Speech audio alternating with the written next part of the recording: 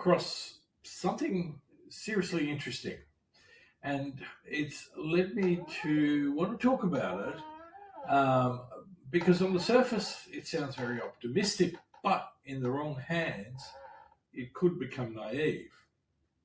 And that is that the idea that human beings are basically decent. Now, what am I talking about? I'm talking about a guy who's been getting a fair amount of airtime called Rutger Bregman.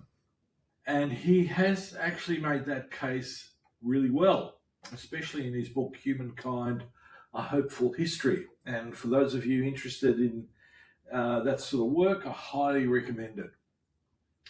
His argument, in essence, is that we have told ourselves the wrong story about human nature.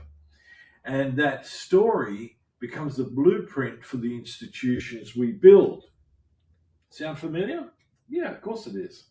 That's what I've been talking about in Making Good Men Great. So, at the macro level, I really agree with the point that he makes. But I also want to make in essence, a clinical distinction that matters, especially if you work with men, or if you are a man, or if you love one. And that point is that decency is not always the issue. Access to it is.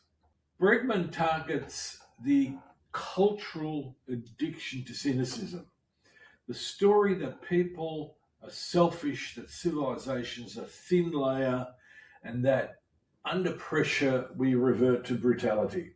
Think Lord of the Flies. There's many versions of that story.